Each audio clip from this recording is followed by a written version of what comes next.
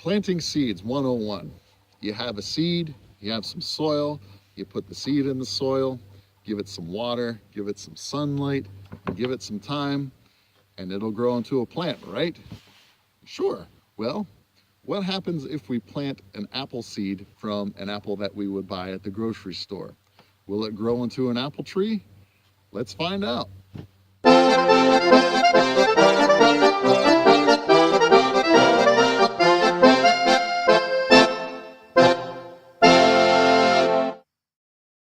Hey everyone, welcome back to How Do You Like Them Apples?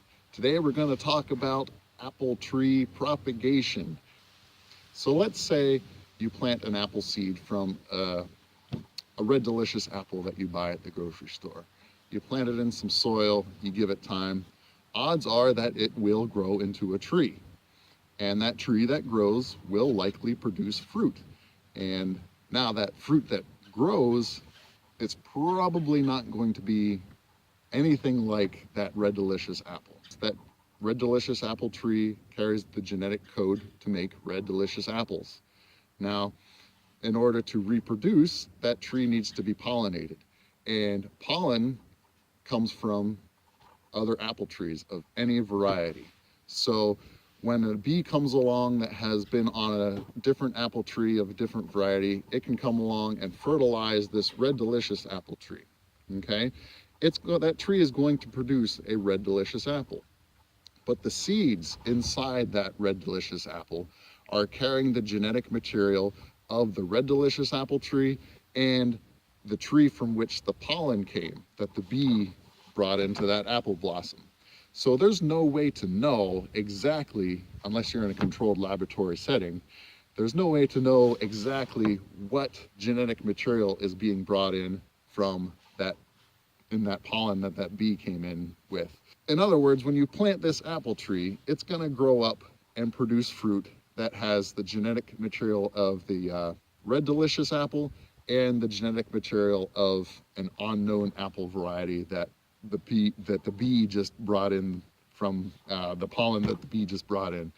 You know what I'm saying. So, and odds are that the apples that grow from that tree will not be very good.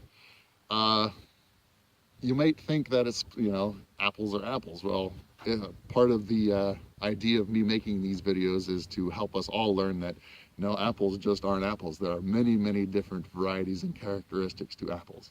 And over hundreds of years, maybe even thousands, people have learned how to selectively breed apples for desirable characteristics. Let's go back to that apple seed that we planted.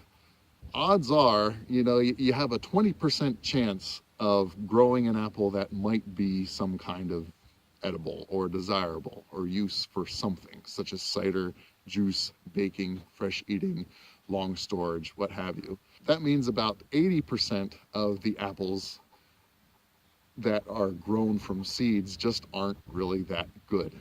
So what this means is that apples do not produce what we call true to type or true to seed. You can plant a seed from a Red Delicious apple, it's not going to grow into a Red Delicious tree. How are apples reproduced then if we just can't produce seeds? It's actually quite simple and interesting. Apple trees are produced in kind of a Frankenstein kind of way, using a process called grafting. Grafting means we take one piece of one apple tree and we attach it to a piece of another apple tree, and the piece will grow into a new apple tree. So the one piece is called a scion, the other piece is called the rootstock. The rootstock you can think of just being like a really tiny little tree stump with roots that go down into the ground. And then the scion is just basically a stick that's harvested from the variety of apple that you want to reproduce. Let's say Macintosh. We have a scion from a Macintosh tree.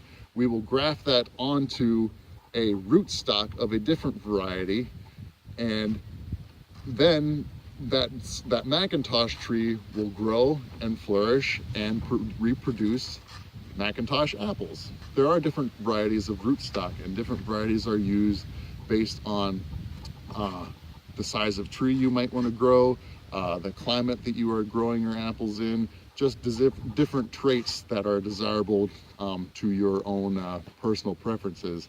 That's going to make you decide which rootstock you want to use. So that's how it's done. It's really quite fascinating. And when you think about it, apple trees of each specific variety, such as Fuji, for example, they are all genetic clones of one another. They all started from just one Fuji apple tree that someone discovered either by chance or through laboratory experimentation. This Fuji apple tree was discovered, and over time, you know, scions were first cut off of that first Fuji apple tree, grafted onto rootstock, grew into another Fuji tree, and then scions could be harvested from that apple or that Fuji tree, and so on, grafted, scions, grafted, and so forth. That's how we get different propagation of different apple varieties. So yes, you can grow an apple from seed, but odds are it's not going to produce any fruit that is any good. It certainly could produce something that is absolutely awesome. You might, through experimentation, discover the new Honeycrisp or the new Pixie Crunch apple that everyone's going crazy about these days. Who knows? It's like I said, odds are that 20%, you know, you might produce an apple that's okay. Now, knowing all of this, there are a couple of apple varieties out there that do produce true to seed or true to type. And most of these varieties are used for their rootstock because they are so, I guess, genetically stable and produce the same results time after time after time. And these, I could only find 4 varieties. I'm sure there's probably more. But the ones that I came up to find were the Antonovka, I hope I'm saying these right, Antonovka apple from Russia, another one called Beautiful Arcade, one called the Borowinka, and one from Quebec. It's called the Famous, I'm not sure if I'm saying that right. But these are apples that will produce true to seed. So if you want to try to grow an apple tree true to seed, try to choose one of these varieties, and it should produce an apple that is edible and desirable to use. So hopefully I was able to shine some light on this subject here about growing an apple tree from seed. You can do it, however, you might not get what you want. Give it a shot though, who knows? You might discover the next big thing. Thanks for joining me here today. If you enjoyed this video, give me a thumbs up, please share, please consider subscribing to this YouTube channel. Have a great day. We'll see you next time.